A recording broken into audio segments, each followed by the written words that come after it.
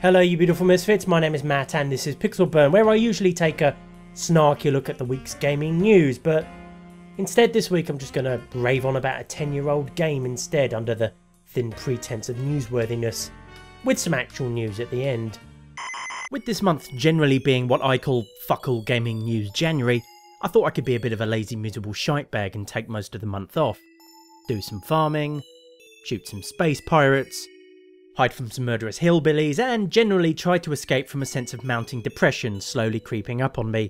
But then a message reached my ears, carried upon the digital winds of the internet. 5 simple words that instantly snapped me out of my fugue of depressed procrastination, lit a fire inside the crumbling ruin of my heart, and firmly kicked my arse back into gear.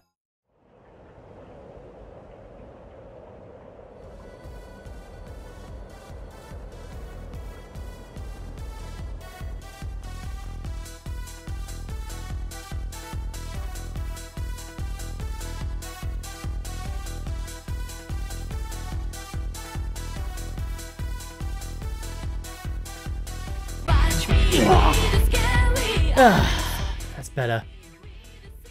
Damn, this song's filthier than I remember.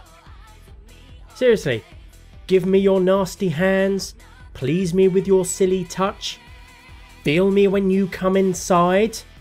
How the hell did Square Enix sneak lyrics like that past Nintendo of all people? If you haven't already guessed, and I can totally forgive you if you haven't, The World Ends With You, or TWIWY for short, is coming to the Nintendo Switch, in the form of The World Ends With You Final Remix, announced almost immediately during a mini Nintendo Direct presentation on January the 11th, much to my internally squealing delight. Ah, but what is The World Ends With You, I hear some of you ask? Well, it's only one of the best damn JRPGs you could ever play on any platform ever. Easily up there with Final Fantasy VII. Leagues better than Final Fantasy VIII, like that's any sort of challenge. Oh yeah, I totally went there. What are you going to do about it? What are you going to do?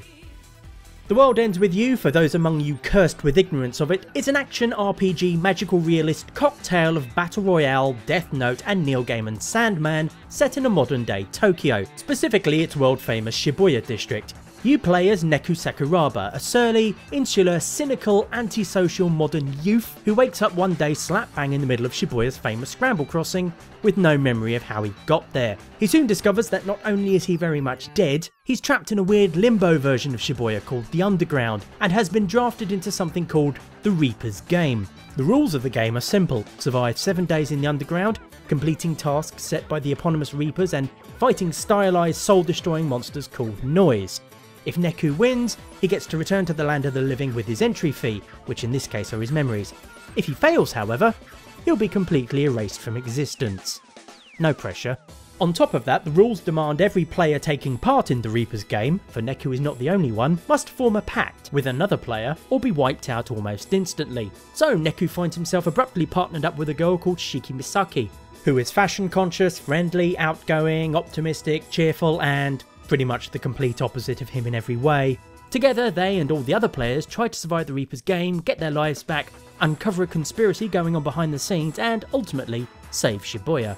I could genuinely ramble on for hours about all the ways I love TWIWY, how it made great use of the DS's twin screens, the way it deconstructs tired old JRPG tropes, Takeharu Ishimoto's amazing soundtrack, the way characters properly evolve and mature throughout its story, its adjustable difficulty setting with commensurate risk to reward ratio, the option to mostly engage in combat only when you desire to, shitloads of collectibles, a whole separate chapter set in a parallel universe that unabashedly rips the piss out of the main game, and who could forget Tin Pin, perhaps the best minigame Square Enix has ever put into one of their games. Fuck Triple Triad, it's all about the Tin Pin, baby. And on top of all that, TWIWY is possibly also the only Square Enix game where Tetsuya Nomura's penchant for covering everything in shitloads of zippers actually makes some sort of sense. Now, I am admittedly a teeny bit late on this topic. The presentation where this particular news was revealed aired well over a week ago. But I needed that time to not only kick myself out of this particular rut I've been in, but also process exactly how long it's been since The World Ends With You was originally released on the Nintendo DS. The World Ends With You is coming to Nintendo Switch 10 years after its original release. 10 years. 10 cocking years. That's how long Square Enix have left this beautiful, divine jewel of an idea rotting on a shelf at their corporate HQ. A decade, during which time we've seen Kingdom Hearts 358 over 2 days, Kingdom Hearts Birth by Sleep, Kingdom Hearts Coded, Kingdom Hearts Dream Drop Distance, Kingdom Hearts Key,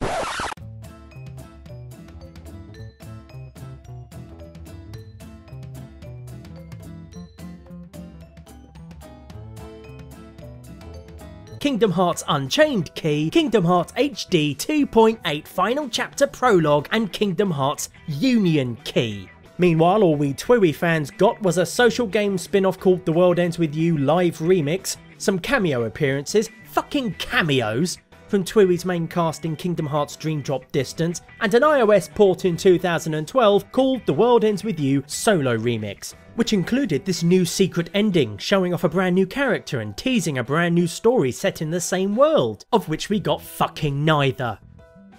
And yet, there are people in this world who will come up to me and say to me, with a straight face, Matthew, do you know that our universe is ruled by a kind and loving God?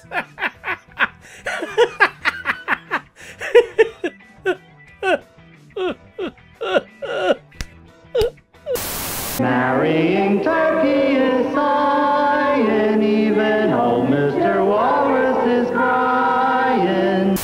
Needless to say, I am very much delighted by this news and more desperate than ever to get my sweaty mitts on a Nintendo Switch of my very own. Oh, and remember that secret ending on the iOS version I mentioned earlier? Not only does this trailer reference it, it outright confirms the game will Include a sizable new scenario that gets right to the heart of the story. making this the first new TWIWY story content since Kingdom Bloody Hearts Dream Drop Bloody Distance, if that even counts. Sora, stop talking. What? Why? I need you to stop annoying me. Obviously, the gameplay for Final Remix isn't going to be split over 2 screens like the DS version was, but it wasn't on the iOS and Android versions either, and frankly, the combat was only split between 2 characters on 2 different screens in the original because, hey, the DS had 2 screens and the developers wanted to make use of them. For the Switch release, with each Joy-Con able to act as its own separate, if rather small controller, I wouldn't be at all surprised if you could get a friend to control Shiki during combat instead of trying to control her yourself. The original game let you do that. Alternatively, you could leave her to do her own thing in combat. The original game let you do that too. Nintendo's official site currently states the game's number of players as to be determined, so it's more likely than not that it will have some form of co-op functionality. Though perhaps more exciting than being able to play TWIWY in HD with uncompressed music, potentially with a friend and with all new story content, is the possibility of a sequel that fans have been hoping for these past 10 years. 10 long, painful years. If only because it's the first real sign of any interest in The World Ends With You during that time from Square Enix themselves, phone versions notwithstanding. It's like they've suddenly remembered they actually own the property, and it's not some magical gift from the heavens hand-delivered by angels only during a solar eclipse in tiny thimble-sized parcels, to be used sparingly, if at all. They're even putting out a plush of Shiki's toy cat, Mr. Mew. Merchandise! Actual fucking merchandise that isn't just some official pin badges! Meanwhile, back in November of 2017, Square Enix boss man Yosuke Matsuda made the following statement in this interview with Gematsu. We base our development resource allocations on the unique attributes of each platform. In particular, Nintendo Switch makes it easier for us to leverage our back catalogue of assets and expertise, so we want to be proactive in creating new IP and rebooting past titles for that platform. Then there was this rumour from around the same time, met with entirely reasonable skepticism, of a Shibuya level in Kingdom Hearts 3. While that particular detail certainly hasn't been confirmed, the original poster did seem to predict this announcement of The World Ends With You Final Remix in the recent Nintendo Direct. It was on 4chan though. None of these disparate nuggets of information in any way increases the actual possibility of a TWIWY 2 with bigger locations, more music and, ooh, say, characters actually wearing all those cool outfits you bought from them in the in-game stores. To mad TWIWY fans such as myself, however, this is like someone who's just trekked across the Sahara being given a sweet, sweet bottle of lemonade. We don't even care that any hypothetical TWIWY 2 likely wouldn't appear till after Kingdom Hearts 3 was done. It's some acknowledgement at least. And we've waited this long already. What's another few years, eh? Oh, speaking of outfits, in the original TWIWY you could buy clothes that synchronised with certain powers you equipped and gave bonuses or penalties depending on which area those brands were popular in, adding another dimension to the game's risk versus reward system. Even better, winning enough battles in a certain area while wearing a certain brand makes that brand more popular, to the point where every NPC can be walking around dressed like it was the annual Whitby Goth weekend. Have I made it clear how much I love TWIWY yet? Have I? Have I really? Anyway, that's what pushed my particular hype buttons recently. Everyone else, meanwhile, was losing their minds over some cardboard. Nintendo's Labo, Labo, however it's pronounced, took quite a lot of people by surprise when it was announced last week, although it probably shouldn't have considering how Nintendo started out. The basic gist is it's a box of cardboard pieces you pop out of their cardboard sprues and build into cardboard doohickeys you then pop your Switch components into. Like this piano for example, or this fishing rod setup. Then you play games with them. Because it should be stressed you do get an actual proper, please don't stick it in your mouth, Switch cartridge with whatever kit you get. They're not just selling cardboard to people. Mostly cardboard, sure, but you get a Switch game with it. What game you get depends on whether you buy the variety kit, which includes the house, piano, fishing rod, etc., or the robot kit, which lets you build a robot suit, and nothing else. Whatever one you pick, you also get all the cardboard sheets, reflective sheets, sponge sheets, eyelets, rubber bands and coloured string you need to build everything in it. Unfortunately, you will have to provide your own sparkly tape, stickers and colouring pens if you want to jazz up your little cardboard house or robo armour. You're probably all itching for me to rip into this like a cat into some cardboard, right? I like it. It's nice. It's different, it's creative, it's, you know. For kids. Thanks, Tim Robbins. Yeah, it's for kids. Nintendo didn't announce a new Legend of Zelda, Mario, Metroid or F-Zero locked behind a cardboard paywall. It's a fun looking, creative thing for kids to play with. I personally don't have children, nor do I want any. But even I can understand how this could be a fun activity for parents to spend with theirs. Who's to say adults can't also have fun with it? You don't fear death. You welcome it. Your punishment must be more severe. The initial reception to news of the Labo was generally positive, although even some people who liked the idea had some reservations about it. Chief among them being durability, since cardboard isn't particularly resilient to feral manhandling by children, or cats for that matter. While Nintendo have stated they won't issue replacement kits free of charge, they will be making the actual template designs freely available to download. So if little Timmy or Jemima spills a bottle of fizzy pop on their little cardboard house, you can download a template from the internet, print it off at home or your local library, glue it on some cardboard, cut out the pieces and build a new one. Presuming, of course, your darling children didn't also spill that fizzy pop on your $300+ console.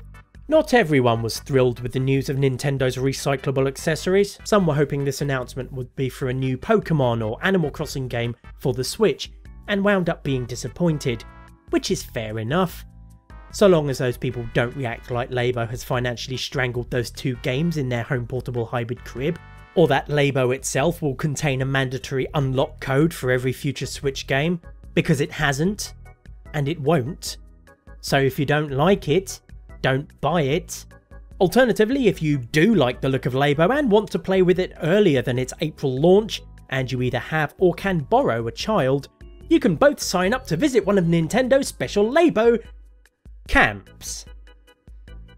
Oh dear. Somewhat interesting choice of words there, Nintendo. Good thing you renamed them to Labo Workshops in Europe. While Labo may not seem like much of a huge deal to many traditional gamers, its announcement almost immediately caused Nintendo's share price on the Japanese stock exchange to shoot up by 4%. Meanwhile, it hit the top of Amazon's bestseller list for video games in the US and is, at the time of writing this, sitting at number 3 on Amazon UK. So Labo looks all set and ready to be rather lucrative indeed. Whether it'll be, pardon the pun, sustainable in the long term, well, Unlike other toy fads such as Tamagotchis, the Power Glove and fidget spinners, at least Nintendo's Toy-Cons, as they're calling them, can be properly recycled. Which almost happened to the Labo kit Nintendo sent to the Unterhaltungssoftware-Selbstkontrolle, or USK for short, Germany's software ratings board. According to this little anecdote on their official Twitter account, it was almost dumped by the cleaning crew as waste paper. Du hast die Macht! That's all for this episode of Pixel Burn, I'm afraid. Sorry. Still, if you liked it, then please do let me know by clicking the requisite button down below, and let your friends, family, internet strangers and nearest Labo camp commandant know as well. At the very least, I hope you found it tolerable. Meanwhile, till next time, as always, you can go now.